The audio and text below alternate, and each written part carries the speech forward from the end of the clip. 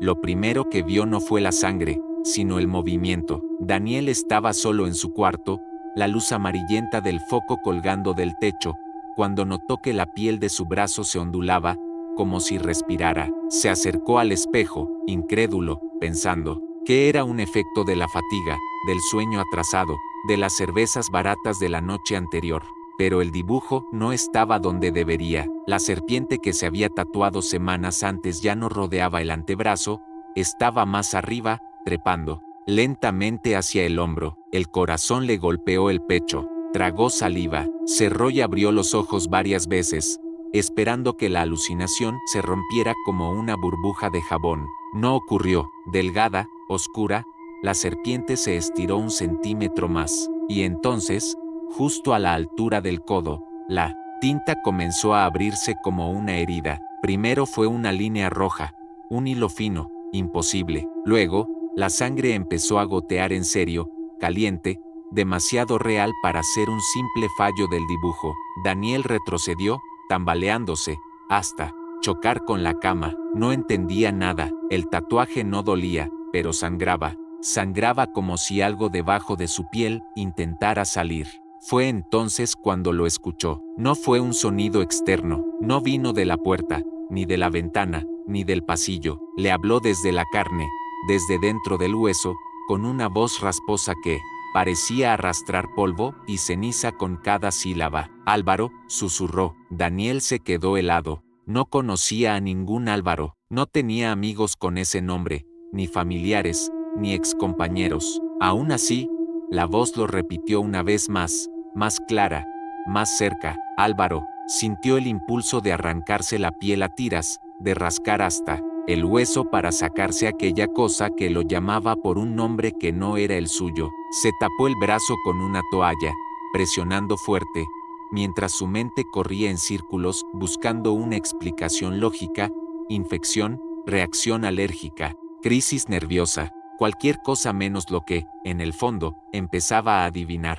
Ese tatuaje no estaba hecho solo de tinta. Antes de que Daniel pudiera reaccionar, la sangre dejó de brotar.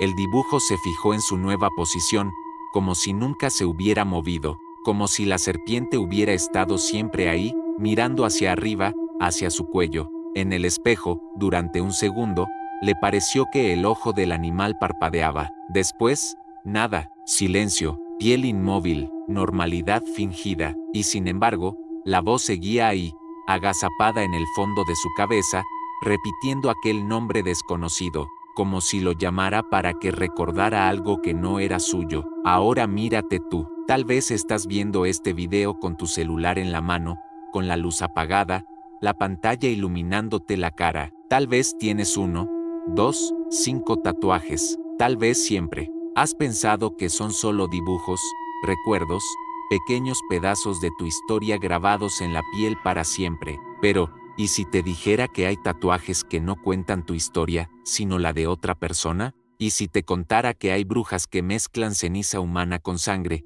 que muelen restos de huesos y los disuelven en la tinta, para que lo que te llevas en la piel no sea solo un diseño, sino un fragmento de alguien más? Tatuajes vivos, piel que se mueve, que sangra sin motivo, que huele a hierro y a humo mucho tiempo después de haber sanado. Diseños que cambian de forma, que agregan detalles que nadie pidió, que susurran nombres a medianoche, reclamando algo, reclamando a alguien. Esta noche voy a contarte 5 casos que, oficialmente, no existen, historias que nunca debieron salir, de ciertos barrios, de ciertas prisiones, de ciertos puertos viejos donde todavía se deja una vela encendida por los muertos que no descansan.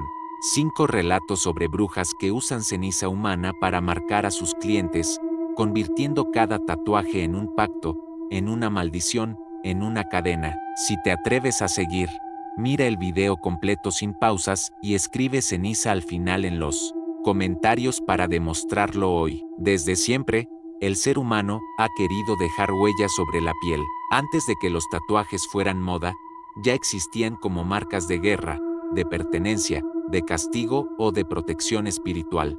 Cada línea, cada punto perforando la carne significaba algo, un pacto, una promesa, un sacrificio silencioso. En algunas culturas antiguas, tatuarse no era un capricho estético, sino un acto sagrado. Los guerreros maoríes, por ejemplo, se marcaban el rostro con símbolos que hablaban de su linaje y de las batallas que habían sobrevivido. En Japón, durante siglos, ciertos tatuajes protegían a los pescadores y a los viajeros, como si llevaran amuletos grabados bajo la piel. En otros tiempos, la aguja no era un honor, sino un castigo. Esclavos, criminales, prisioneros de guerra eran marcados con símbolos que no podían quitarse jamás. Su cuerpo se convertía en un documento público, en una condena que caminaba con ellos hasta la tumba. Ahí, el tatuaje no era identidad, era cadena, y, sin embargo, incluso en esos contextos duros, había siempre algo más. Muchos pueblos creían que la tinta tenía poder, que lo que se escribe en la piel también queda grabado en el alma. Un símbolo de protección podía alejar espíritus, un emblema sagrado podía llamar la atención de dioses caprichosos. No era solo dolor y sangre, era magia primitiva, cruda, directa. Hoy, cuando alguien entra a un estudio moderno de tatuajes, lo hace pensando en arte, en estilo, en identidad. Encuentra sillones limpios, guantes desechables, catálogos digitales, luces brillantes y una promesa de seguridad e higiene. Es el lado amable, casi glamoroso, de la aguja.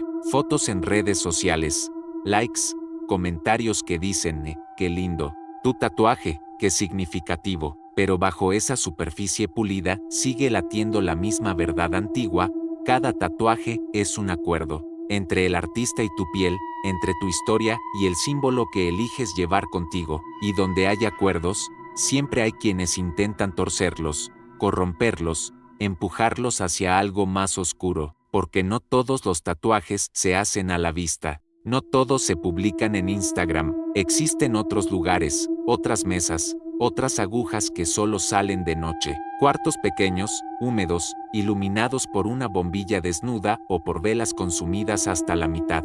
Ahí, la desinfección importa menos que el silencio. La música fuerte se reemplaza por rezos susurrados, por palabras en idiomas que ya casi nadie reconoce. En esos sitios, la tinta negra no es suficiente. Algunas brujas, algunos cultos, han ido más lejos. Sustituyen los pigmentos tradicionales por mezclas imposibles, sangre recién extraída, ceniza de restos humanos, hierbas secas molidas hasta quedar como polvo fino. Lo revuelven todo en pequeños recipientes de vidrio o de cerámica, mientras murmuran oraciones que no piden permiso, sino poder. Dicen que la ceniza humana es especial, que conserva algo del recuerdo de quien fue quemado, un eco, una vibración, un residuo tenue de conciencia, mezclada con sangre. Esa ceniza se vuelve puente entre el mundo de los vivos y el de los muertos. Cada pinchazo de la aguja se convierte en una invitación. Entra aquí, quédate aquí, usa esta piel como casa. Para algunos, todo esto suena a superstición, a historias de borrachos contadas en la mesa más oscura del bar. Y, sin embargo, la idea de anclar algo en la carne no es tan lejana.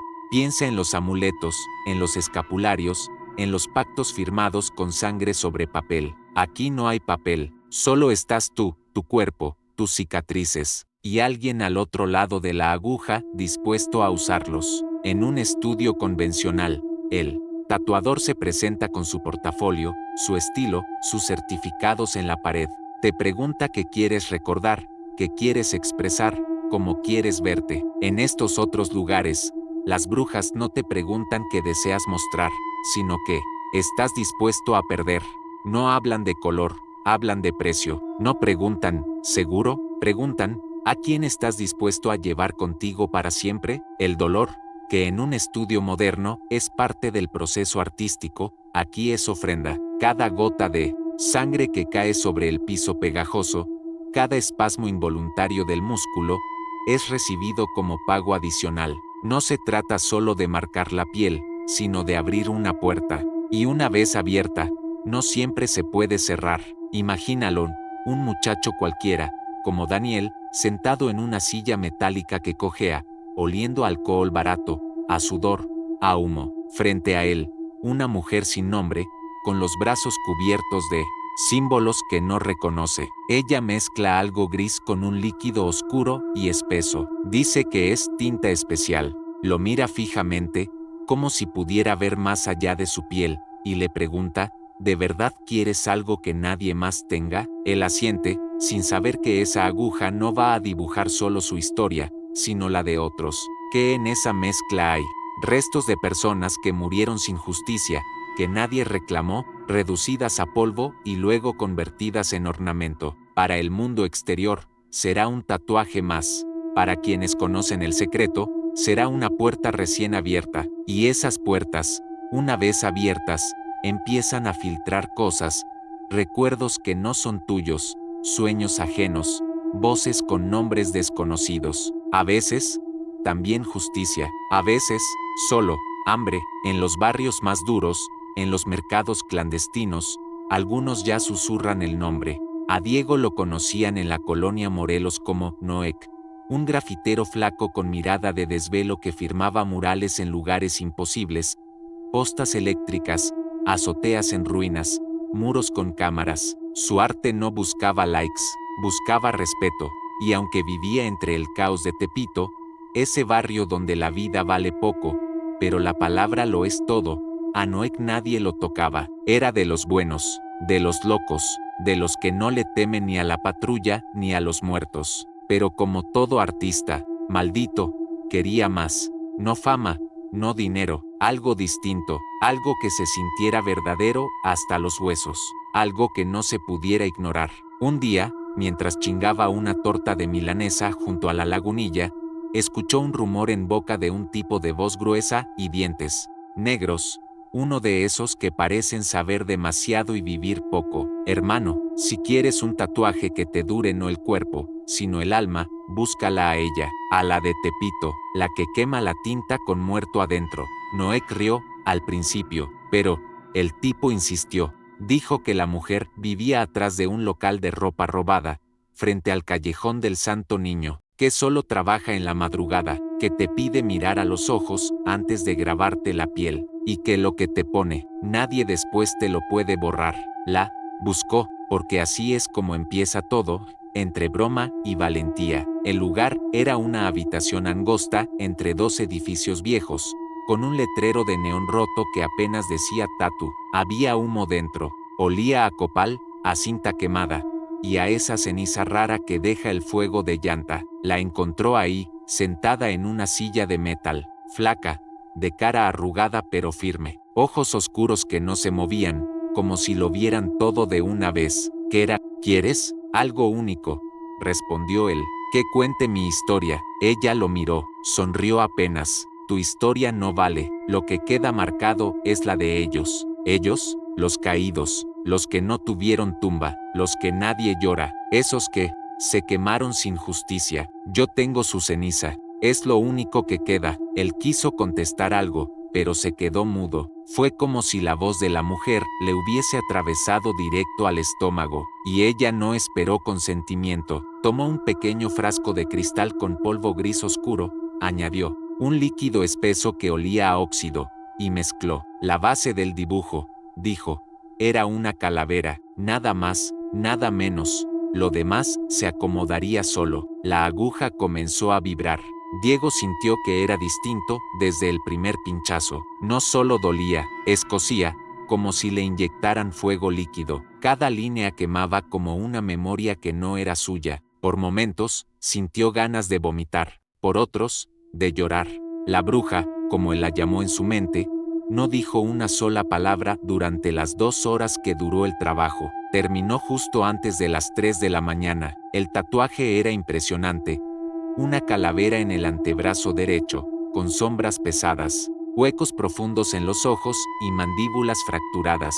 Diego lo amó, le pagó con todo el dinero que tenía, y se fue a su cuarto, aún adormecido. Esa noche no soñó, pero la siguiente, sí, estaba en un basurero, bolsas negras apiladas, con moscas zumbándole al oído. Se oían disparos, gritos apagados. Vio una figura temblando entre los montones. Alguien atado, con una playera ensangrentada. Cuando lo miró, Diego despertó empapado, Fue al baño, se lavó la cara, entonces, vio el tatuaje, la calavera, estaba distinta, no era radical pero, sí real. Tenía un nuevo rasgo, una cicatriz en el pómulo izquierdo, delgada, vertical. Diego no la recordaba, ni él, ni los bocetos, ni la bruja. Tal vez no lo vi bien, pensó, pero al día siguiente, lo mismo, soñó con el mismo lugar, pero esta vez, el cuerpo se arrastraba pidiendo ayuda, tocaba una reja invisible, algo le reventaba la cara con la culata de un arma. Una voz dijo, levántalo como perro. Al despertar,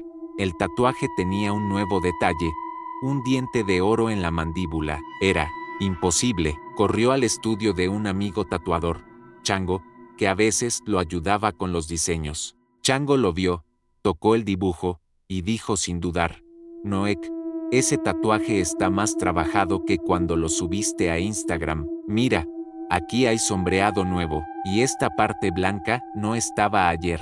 Diego no supo qué decir. Se fue, esa noche no pudo dormir, y entonces llegaron los susurros. Eran voces confusas, a veces gritaban desde las paredes, a veces lo despertaban a medio sueño. Nombres detonados al azar, Rulo, Chama, Beto el Rugalata. En su piel, la calavera crecía, tenía más rasgos, nariz rota, cicatrices bajo un ojo, algo parecido a un lunar en la sien. Los detalles eran tan precisos que hacía parecer a la calavera un retrato policial. Noek empezó a buscar, a preguntar nombres al azar, a frecuentar antros y esquinas donde solían contar las historias de los que desaparecían. Un día, en un puesto de micheladas, alguien vio su tatuaje y dijo, ¿dónde te hiciste ese retrato del Rugalata? Diego se heló. ¿Quién? El Rugalata. Era carnal del cártel chico acá de la zona. Lo aventaron en un lote baldío hace como 6 meses.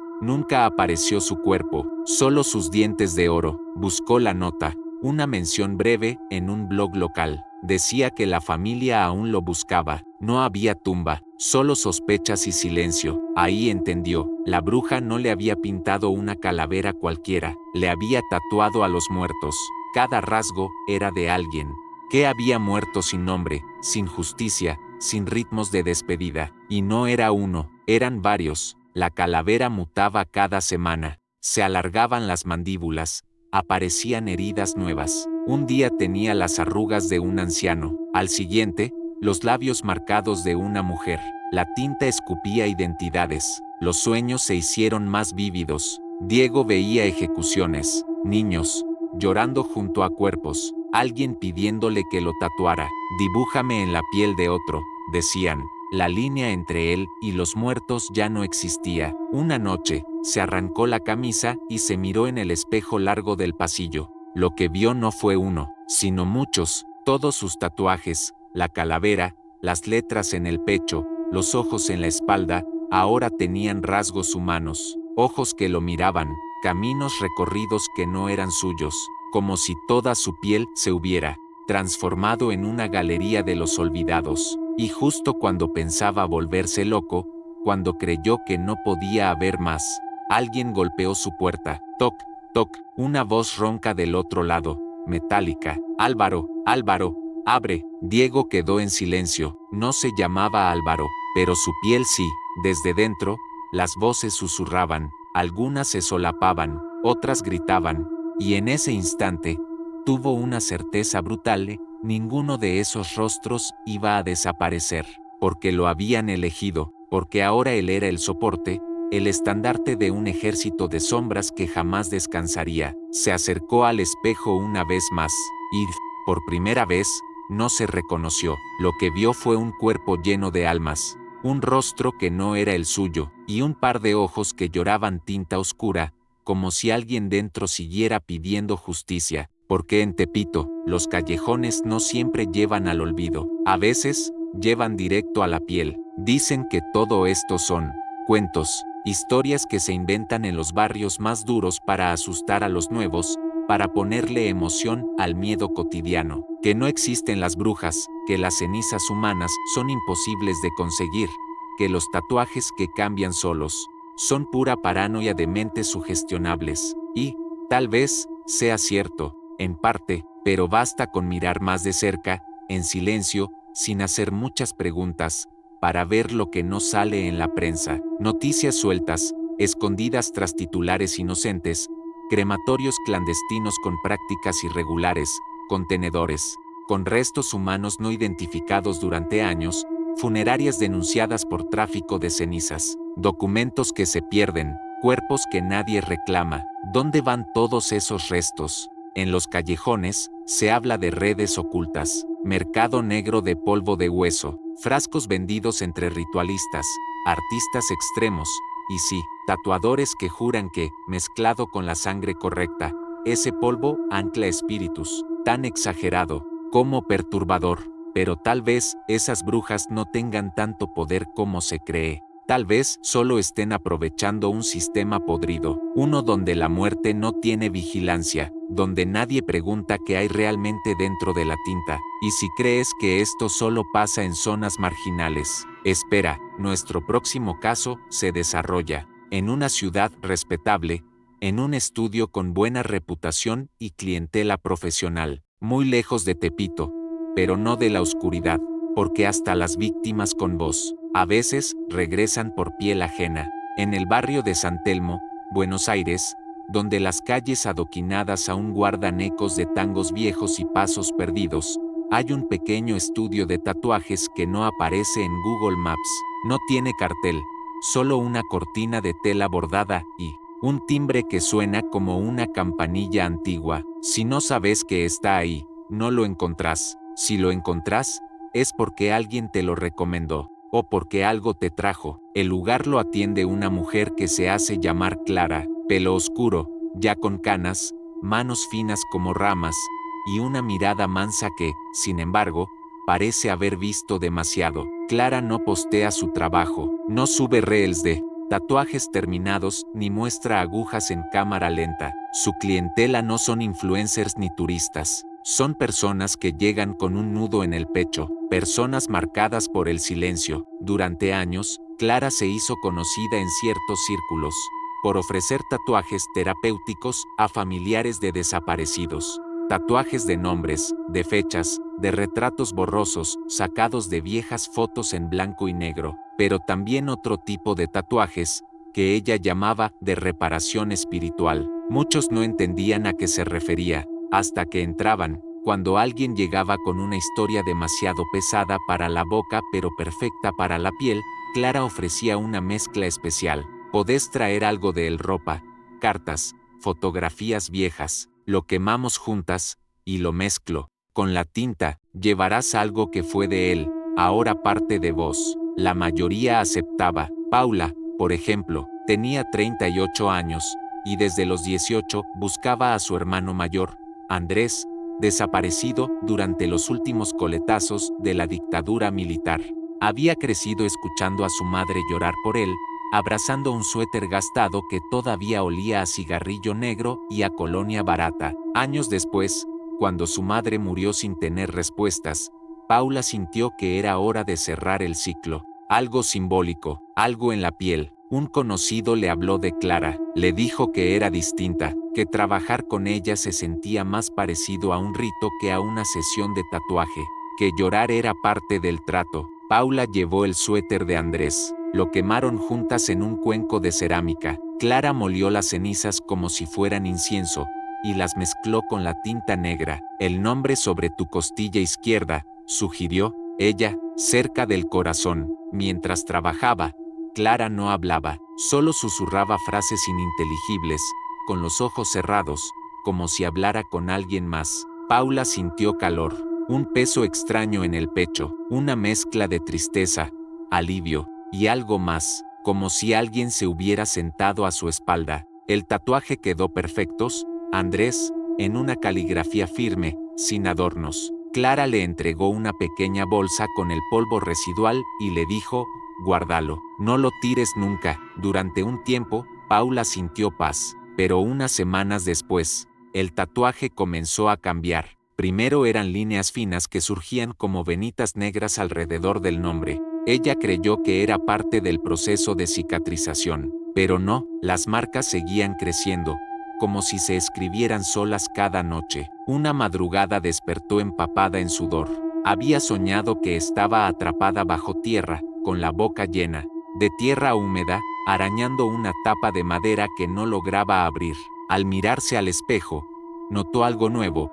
Debajo del nombre Andrés, habían aparecido, marcadas con la misma tinta, 3 letras, FMN. Pensó que era una alucinación, provocada por el sueño, pero al día siguiente, junto a las letras, se formaron unos números, menos 34.6203 entre menos 58.4601. Coordenadas. Nadie había tocado su tatuaje. Estaban ahí, marcadas con la misma precisión con que Clara había escrito el nombre. Paula, enfermera, de profesión, mujer de ciencia, creyó por un instante que estaba perdiendo la razón. Consultó a un dermatólogo. Dijo que podrían ser microinfecciones. Reacción a la tinta. Tatuaje en movimiento debido al crecimiento de la piel. Lo descartó todo, porque esa misma noche volvió a soñar con tierra, con silencio y con una voz suave que le decía: estamos cerca. Buscó las coordenadas. El lugar señalado estaba en el conurbano bonaerense, en un campo al costado de una antigua fábrica abandonada. Llevó a un amigo de confianza. Con una pala y temor irracional, comenzaron a excavar. 1 hora después, encontraron ropa, huesos, y algo peor, otras bolsas, cerradas con cinta aislante, alineadas en una trinchera de muerte que llevaba años enterrada. La policía llegó. Los forenses excavaron más. El área fue acordonada. Paula no dijo nada, o no todo, se mantuvo al margen, pero en su interior ya sabía la verdad. El tatuaje la guió. Semanas después, el análisis forense confirmó restos de al menos 7 personas. Uno era Andrés. Clara nunca apareció en los informes. Paula no la mencionó. Lo que sí hizo fue volver a su estudio. Quería saber qué había pasado, quién más estaba en su piel, qué se había abierto esa noche bajo la aguja. Clara, como si la esperara, la recibió con el mismo silencio de siempre. Paula se quitó la blusa, apuntó al tatuaje, que ya no era solo un nombre, ahora tenía más letras, más símbolos, iniciales, como L, Cera, M, JZ84, marzo 76. Clara no se sorprendió. Hay más que quieren ser encontrados, dijo. ¿Quién los está escribiendo? Tu cuerpo los llama. Fue suficiente con una chispa de verdad. Y ahora vienen solos. Paula quiso detenerlo, buscar a alguien que borrara el tatuaje, pero varios artistas se negaron. Dijeron que no podían trabajar sobre ello, que la tinta parecía mutar bajo la aguja. Uno incluso se mareó mientras lo intentaba. Desde entonces, Paula convive con su piel como si fuera una carta que aún no ha terminado de escribirse, y cada vez que despierta de un nuevo sueño de tierra húmeda, corre al espejo y enciende la luz del pasillo, temblando, porque sabe que habrá algo nuevo, a veces un año, a veces un número, a veces solo una palabra: abrime, búscame, estoy. Los médicos dicen que es estrés postraumático, un efecto psicosomático por el duelo resuelto de forma abrupta, pero ella lo sabe mejor. Sabe que en el momento en que Clara mezcló la ceniza con la tinta, lo que tatuó fue una promesa y una puerta, y esa puerta, ahora, está abierta. Ella no pidió justicia para todos, solo para su hermano, pero la sangre no entiende de límites, la muerte tampoco. Ahora vive con una decisión bajo la piel: borrar o seguir, y aunque a veces duda, aunque a veces llora frente al espejo en silencio, hay una parte de ella que acepta lo inevitable. No todos los desaparecidos están tan desaparecidos. Algunos ya eligieron su mensajera, y lo harán una y otra vez. Dicen que el cuerpo recuerda, y quizá por eso, un tatuaje puede convertirse en algo más que un dibujo. Lo ves cada día, a toda hora. Se vuelve parte de tu identidad, de cómo hablas de ti mismo, de lo que ocultas o presumes. Pero, ¿qué pasa cuando ese mismo tatuaje empieza a percibirse como algo vivo? Muchos psicólogos señalan que esto puede ser una forma extrema de disociación, que, bajo suficiente estrés, dolor no resuelto o trauma emocional, el cerebro proyecta en la piel cosas que no están ahí. que esa sensación de movimiento no es más que una ilusión táctil, que escuchar voces desde un tatuaje habla más de culpa que de magia, que todo esto tiene nombre: paranoia inducida, trastorno somático, sugestión colectiva. Pero entonces está la otra posibilidad, la que incomoda, la que no todos se atreven a mirar. La tradición esotérica afirma que la piel es un umbral, que cuando se sangra intencionalmente bajo un símbolo, ese símbolo se activa, que mezclar ceniza de los muertos y sangre viva no es arte ni belleza, es invocación, y que los cuerpos marcados no son víctimas de la imaginación, sino de pactos no comprendidos. ¿Y si no están locos? ¿Y si realmente hay algo más? En el próximo caso, esa duda explota, porque lo que vas a escuchar fue presenciado por varias personas, todas sobrias, todas diferentes, y todas viendo lo mismo: un tatuaje goteando agua salada en un puerto donde las sirenas no cantan, susurran muerte. En los viejos puertos del norte de Galicia, hay historias que no se cuentan a los turistas, circulan entre los marineros como supersticiones, como advertencias a medio decir entre chupitos de orujo y humo de tabaco húmedo. Pero si uno escucha, con atención, con la paciencia de quien ha pasado noches enteras mirando al mar esperando señales, puede encontrar un nombre que se repite en voz baja: la vieja del puerto. No tiene tienda, no tiene letrero, solo hay quienes dicen haber subido una escalinata de piedra detrás de la lonja antigua, ahí donde las gaviotas no se atreven a volar, y haber llamado a una puerta sin picaporte. Si ella decide atenderte, es porque el mar ya te eligió. Eso fue lo que le dijeron a Iván González, patrón de un barco pesquero de bajura, curtido por el salitre y las derrotas, cuando decidió hacerse un tatuaje en honor a su mejor amigo, Rubén, ahogado 10 meses atrás durante una redada nocturna que se torció. Rubén desapareció entre una ola negra y un grito que nadie terminó de oír. No estaba atado, no hubo cuerpo, fue el último del grupo en no volver. Iván, seco de palabras pero lleno de silencios, quería recordar a su amigo sin hablar de él. Pensó en una sirena, no de Disney, una de las de verdad, oscura, con arrastre de sangre y mirada torcida. Sabía lo que quería. Le dijeron entonces que solo una persona podía tatuarle algo así, y que no se trataba de un simple trabajo, sino de una entrega. La sirena no soporta estar sola, le advirtieron. Si la cargas, hay que pagarle el precio. Iván no creyó en esas mierdas. Encontró la escalinata, subió, tocó la puerta que no tenía timbre. La abrió una mujer de rostro arrugado como red vieja. Tenía ojos casi blancos, sin rastro de pupila, y una sonrisa que parecía arrastrar siglos de sal.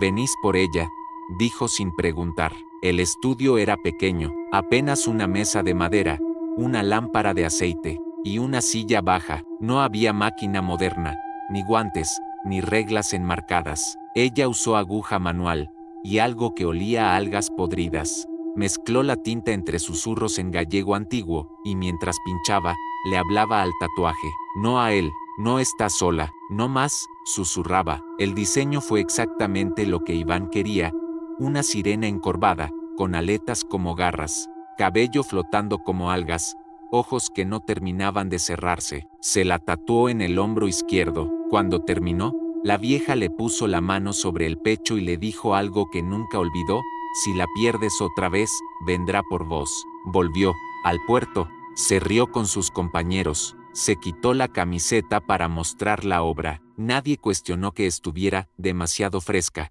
como si acabara de ser pintada segundos antes, con líneas que parecían moverse al compás de la luz del sol. Esa misma noche, comenzó la inquietud. Iván tuvo sueños extraños. Caminaba por la cubierta pero no sentía el suelo, solo flotaba, mientras algo lo llamaba con voz grave, como un canto que llegaba desde el agua profunda.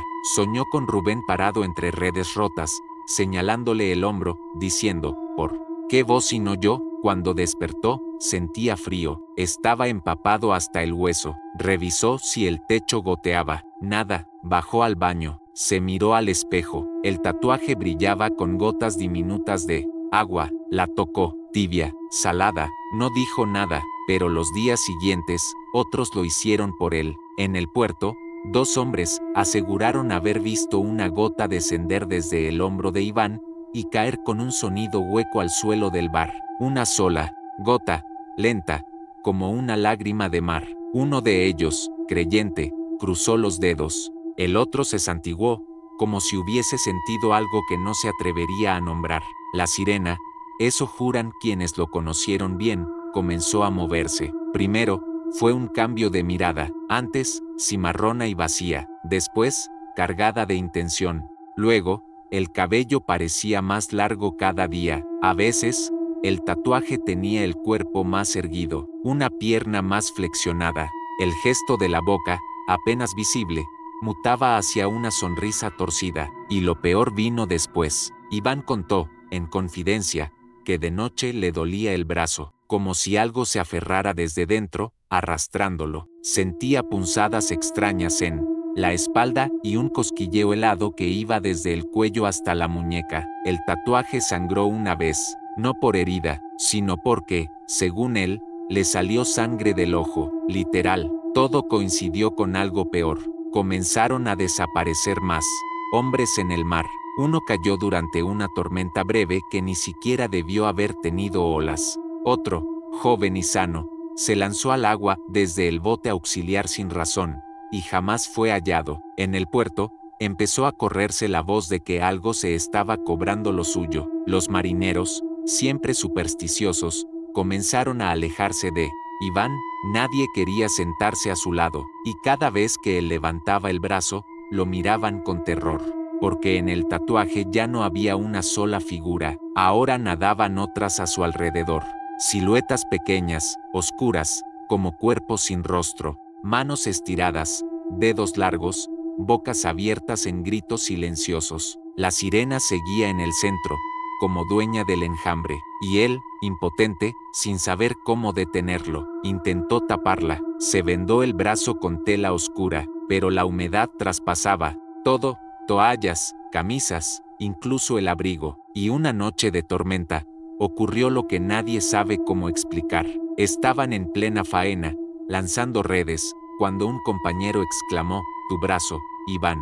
Todos voltearon. Lo que vieron no fue agua cayendo al suelo, sino agua saliendo del tatuaje. Literalmente, como un hilo líquido, goteaba mar, no agua dulce ni lluvias. Y la sirena se movía, abrió los ojos, parpadeó. Entonces, algo salió de la tinta. Todos lo vieron. No fue un momento largo, pero fue suficiente. Una forma acuosa emergió, como una mano translúcida, resbalosa, que se estiró dejando un rastro en la piel de Iván, y cayó sobre la cubierta. Se arrastró brevemente, como si buscara dirección, y luego se deslizó por la borda, lanzándose al mar. Después, el silencio, y una ola transgresora que partió el barco casi en dos. Sobrevivieron pocos. Iván no fue uno de ellos. Su cuerpo no apareció jamás. Pero cuando la guardia costera inspeccionó lo que quedó del barco, un oficial dijo algo raro. Encontraron una mancha oscura sobre la cubierta, casi seca, como si alguien hubiera dibujado una silueta, pero al revés, no de tinta, sino de ausencia. La forma era idéntica al tatuaje que siempre llevaba Iván, la sirena, y su séquito sombrío. A la vieja del puerto nadie la volvió a ver. Quizá nunca estuvo ahí, o quizá solo atiende una vez por década, pero entre los marineros más viejos, los que aún fuman en el embarcadero mirando las olas con ojos gastados, se repite un dicho que parece advertencia y rezo: quien tatúa el mar en la piel, se lo lleva en los huesos. Y en algunas noches de tormenta cerrada, si te acercas al muelle, podés oír 3 sonidos que vienen del agua: el canto lejano de una sirena, los golpes sordos de manos buscando madera, y el goteo constante de algo que quiere volver. Hasta ahora quizá pienses que todo esto es solo una mezcla de leyendas, dolor mal llevado y supersticiones que sobreviven en los bordes de lo real, y tal vez lo sea, pero si tenés un tatuaje, fíjate bien ahora mismo, porque hay ciertas señales, repetidas en todas las historias, que podrían revelar si llevas algo más que tinta en la piel. Se dice que los tatuajes hechos con ceniza humana no se quedan quietos. Cambios de forma, líneas que se alargan, solas, sombras que aparecen donde antes no había nada, detalles nuevos que surgen sin haber sido tatuados, olor metálico o a humo, especialmente durante cambios de clima o en la madrugada, como si la tinta transpirara algo que no es sudor, secreción de líquidos inusuales, no sangre, no pus, algo más espeso, más negro, a veces con una textura fina, casi arenosa, zonas de calor o frío extremo.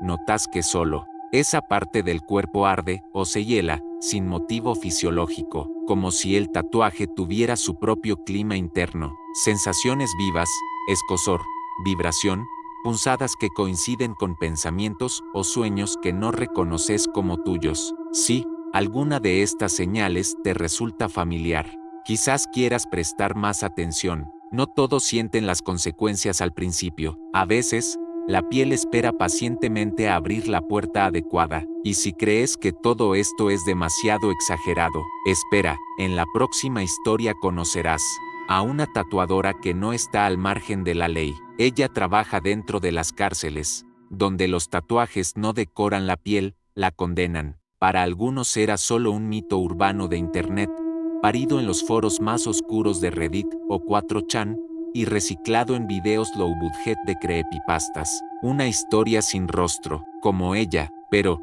luego aparecieron los archivos, fragmentos de chats, relatos cruzados desde distintas partes del mundo, Ciudad de México, Valparaíso, Barcelona, San Diego, distintos idiomas, distintas víctimas, la misma descripción, una tatuadora que no acepta clientes al azar, solo por recomendación, una mujer que trabaja a puertas cerradas, en lugares siempre distintos, una figura que nunca muestra la cara, y un solo tipo de diseño, tatuajes que se completan solos. Cuando empieza el final, Ignacio Zarco, de nombre real, pero más conocido como @NachoEscarlata, consiguió los primeros 100,000 suscriptores en su canal de YouTube, hablando de casas embrujadas, rituales que nunca debes hacer y videos con títulos clickbait como "Vi la muerte en mis sueños y no fue un sueño". Tenía talento, pero sobre todo, hambre. Quería dar el salto, un video viral de verdad, algo que no fuera solo entretenimiento. Fue entonces cuando recibió, por mensaje directo, un correo corto y sin firma: "Sé lo que buscas. Ella también te está buscando a ti". Adjunto unas coordenadas, una fecha y una sola frase: "Ellos no la encuentran, ella te encuentra a vos". El lugar era una pequeña cabaña en un pueblo entre Cuernavaca y Tepoztlán, demasiado remoto para tener señal estable, pero lo suficientemente cerca como para escaparse sin levantar sospechas. Nacho preparó todo: cámaras ocultas, micrófonos en la ropa, baterías externas. Iba a grabarlo todo en secreto. Quería mostrar al mundo un ritual real. Cuando llegó, la mujer ya lo esperaba. No saludó, no pidió formulario, no explicó nada. Llevaba una túnica y una máscara blanca, lisa, sin rasgos, solo 2 orificios para los ojos, que ni siquiera parecían pestañear. Le pidió que se quitara la camisa y se acostara boca abajo. Nacho obedeció. Su adrenalina superaba cualquier miedo. La mujer sacó un pequeño frasco con polvo gris. Lo mezcló con un líquido oscuro que pareció sangre propia, porque se hizo un corte fino en el brazo. Agitó la mezcla hasta que se volvió espesa y negra como tinta quemada. Y entonces empezó el tatuaje. Dijo que era un árbol de la vida, que cada raíz lo conectaría con el pasado, cada rama con el futuro. Pero lo más importante era el tronco, porque ahí habita quien decide. La máquina no hacía tanto ruido como otras veces que se había tatuado. Parecía más antigua, más ritual. Nacho no sintió dolor, sintió frío, un tipo de escalofrío que no viene del cuerpo, sino de un recuerdo que nunca tuviste. Después de 2 horas, la tatuadora se detuvo. "Hasta aquí, lo demás lo hará sola tu piel", le susurró al oído. "Cuando empieces a perderlo todo". Nacho se giró para verla, con la cámara oculta apuntando, pero lo único que registró fue estática, un estallido de sombras, como si el lente hubiera temblado por dentro. Cuando subió al coche, chequeó los archivos, todos corruptos. ninguna imagen clara, ningún sonido usable. Al llegar a casa, revisó el tatuaje en el espejo. Era enorme, el árbol abarcaba casi toda su espalda, un tronco oscuro que se abría en ramas torcidas, mitad dibujo botánico, mitad esqueleto. Estaba sin terminar. Las ramas superiores estaban apenas esbozadas. Al principio, se frustró por la calidad del video perdido. Iba a hacer un video con lo poco que tenía y fingir el resto. Pero antes de comenzar a editar, murió su perro, Dera, un día a otro, sin señal previa, paro súbito. Fue un golpe, pero trató de seguir. Hasta que el tatuaje cambió. Una nueva rama apareció arriba a la izquierda, sutil, perfecta, como si la hubiera tatuado alguien mientras dormía. Y al final, de esa rama, una pequeña figura, un animal, el contorno exacto de un labrador negro. No lo publicó, aún no. A los 3 días, su hermana menor tuvo un accidente de auto. No murió, pero quedó con estrés postraumático severo. Nacho apenas procesaba lo que ocurría, y sí, otra rama, delgada pero precisa, se trazó sola 2 días después. Al final, el dibujo de un auto roto, volcándose. A su alrededor, ciertas líneas se torcían como huesos. Entró en pánico. Publicó un video vago, titulado "Mi tatuaje se está terminando solo", sin mostrar mucho. Decenas de comentarios se burlaron, pero uno llamó su atención. "Sabemos lo que llevas, ya lo vimos antes". Le hablaba a alguien con seudónimo, El Carnero. En privado, le explicó que llevaba 3 años investigando casos similares, y que en todos, la misma mujer, sin rostro, sin red social, dejaba tatuajes inacabados, que se completaban solos cuando el receptor comenzaba a perder todo lo que amaba. Nacho le mostró su espalda. El Carnero le pidió comparar algunos símbolos. Cruzaron información y confirmaron la pesadilla. Cada nueva ramificación del tatuaje coincidía con una pérdida cercana, pero había más. A la semana siguiente, su pareja, con quien llevaba casi 6 años, decidió irse sin explicación. Dijo sentirse invisible, como si estuviera saliendo con una sombra. Ese mismo día, otra rama, más grande, más torcida. Al final de ella, 2 figuras separadas por una línea ondulada. Una mano extendida, otra retrayéndose. Nacho cayó en depresión, pero decidió seguir grabando videos. Solo quería entender. Una noche, mientras revisaba su tatuaje frente al espejo, publicó una historia preguntando si alguien más había vivido algo así. Miles de respuestas, la mayoría eran bromas, pero 4 hablaban de la misma mujer. Una la recordaba en Santiago, otra, en Sevilla, otra, en Tijuana. Todas coincidían, nunca muestra el rostro, siempre mezcla ceniza con sangre, y nunca termina el diseño. Un patrón. Nacho intentó volver al lugar donde la había visto. Ya no existía. La cabaña, demolida. Varios vecinos decían que ahí jamás hubo una casa. El árbol en su espalda seguía creciendo. Cada ramificación nueva llegaba acompañada de un adiós. Muertes, enfermedades, desapariciones. No todas definitivas, pero sí suficientes para dejarlo solo. Volvió a escribirle al Carnero. Le dijo: "Tengo miedo, siento que el tatuaje ya casi está completo. Quedan 3 ramas". El otro le contestó: "Lo que pasa cuando se completa, nadie ha podido contarlo. Solo hay registros de tatuajes terminados encontrados, sin cuerpo debajo". Nacho entonces grabó un último mensaje de voz, nunca publicado en su canal, pero filtrado meses después por accidente. Se le escucha más delgado, más apagado. Dice: "Creo que sé lo que me tatuaron. Es mi vida completa, o más bien, mi caída, paso por paso, y la última rama ya empezó. Siento el ardor". Apunta hacia el centro del tronco, y algo me dice que esa es mi última conexión, la que borra mi nombre del árbol. Ahí termina el audio.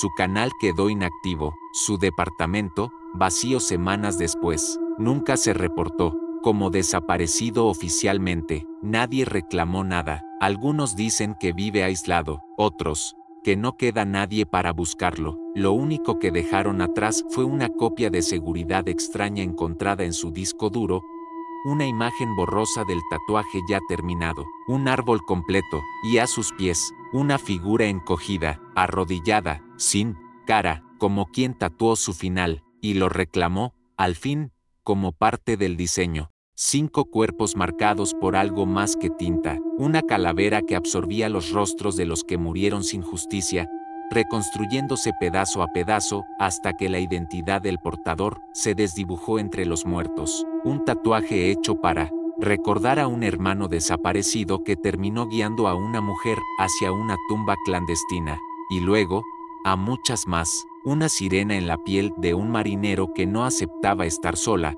y que descargó su hambre en hombres que no debían haber visto el agua, una prisión donde los tatuajes transpiraban el alma de los asesinados, replicando su dolor, encerrando el mensaje en carne marcada, y el último caso, un tatuaje que se completaba solo, dibujando el destino con cada pérdida, cada ausencia, cada muerte. Una piel que dejó de pertenecerle al dueño, 5 puertas abiertas a través de rituales, 5 pactos firmados en sangre y ceniza, y en todos ellos, una constante, la ceniza humana, mezclada con tinta, como catalizador de algo que va más allá del arte. Estos tatuajes no eran adornos, ni expresiones de identidad superficial, eran sellos, contratos, cementerios portátiles, mapas sin final. Y aquí viene lo más inquietante. Durante la investigación de estas historias, surgió una coincidencia que no todos van a querer aceptar: ciertos símbolos, trazos y estilos presentes en estos casos coinciden con diseños populares que puedes encontrar hoy mismo en cientos de estudios conocidos, diseños que se repiten, formas que parecen tener vida propia, serpientes que miran hacia el mismo lado, cruces invertidas escondidas en patrones tribales, coordenadas tatuadas sin contexto, lunas negras rodeadas de números inconexos. Hasta ahora, nadie había reparado en eso porque, ¿quién mira tan de cerca? Pero, ¿y si no es coincidencia? ¿Y si se ha ido filtrando, poco a poco, sin que lo notemos? ¿Qué pasaría si estas prácticas, antes escondidas en callejones oscuros, en cárceles, en puertos lejanos, ahora estuvieran fragmentadas dentro del mainstream? Sí, es posible que todo esto siga siendo un mito oscuro, una narrativa potente, nacida del miedo a lo inexplicable, o quizás no, quizás la verdadera brujería moderna no grita, se mezcla, se adapta, se imprime en la piel sin necesidad de rituales con velas, porque ya encontró un canal perfecto, el deseo colectivo de dejar marca. Y si algunas agujas no solo perforan la piel, sino la realidad, y si vos, que estás viendo esto ahora mismo, llevas algo que no elegiste del todo, quizá tu tatuaje fue exactamente lo que pediste, o quizás era un diseño que te encontró cuando estabas dolido, vulnerable, o buscando algo que no sabías nombrar. Quizás pensaste que era decoración, identidad, una etapa, pero hay una verdad incómoda, la tinta no se borra, pero a veces se transforma. Ahora imagínate una simple línea que empieza a cambiar con los años, un símbolo que empezó siendo uno, y con el tiempo, parece tener algo más. No es inmediato, no es brutal, es silencioso, y cuando lo notas, puede que ya sea demasiado tarde, puede que empieces a soñar con cosas ajenas, a sentir que tu piel vibra cuando nadie te toca, a recordar sucesos que no viviste, a escuchar un nombre que no sabes por qué te resulta tan familiar. Estamos acostumbrados a pensar que todo es mental, pero el cuerpo recuerda, y la piel, a veces, habla por su cuenta. Así que hoy te dejo una pregunta que nadie más puede responder por vos. ¿Qué hay realmente en tu propia piel? No respondas rápido, mira bien, sentí, pregúntate, y si llegaste hasta acá, quizás seas de los pocos que entienden el verdadero poder de una historia bien contada, o de un tatuaje bien guiado. Coméntalo abajo. ¿Tenés tatuajes? ¿Qué significan para vos? ¿Alguna vez sentiste que uno de ellos cambió contigo, o sin vos? Y si querés mostrar que estás despierto, que decidís lo que llevas en el cuerpo, escribí en los comentarios: yo elijo mi tinta porque no todos lo hacen. Muchos creen que eligieron, cuando en realidad fueron elegidos. Y quién sabe, tal vez, entre los comentarios, encontremos tu historia para el próximo episodio. Una historia donde, sin darte cuenta, tatuaste el rostro de un desconocido en el hombro, o grabaste fechas que no recordás haber vivido. Una historia donde tu piel, por fin, hable y te diga algo que no esperas, que alguien, desde dentro, aún está esperando.